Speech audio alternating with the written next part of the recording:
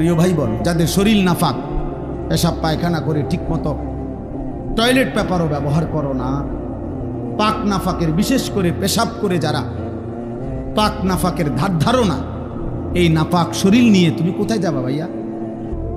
Target কি? কোথায় থামবা?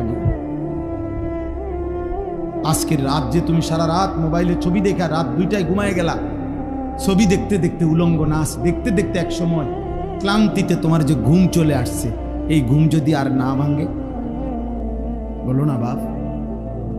তোমাদের যাদের চুল কাফেরের মতো, বেঈমানের মতো, এই ডান দিকে যাদের চুল বড়, বাম দিকে যাদের চুল বড়, সামনের দিকে যাদের চুল বড়, এই তো কাফেরের চুল। বলো ভাই তুমি কোথায় যাবা এই চুলের ফ্যাশন নিয়া? টার্গেট কি? মানে টার্গেট কি?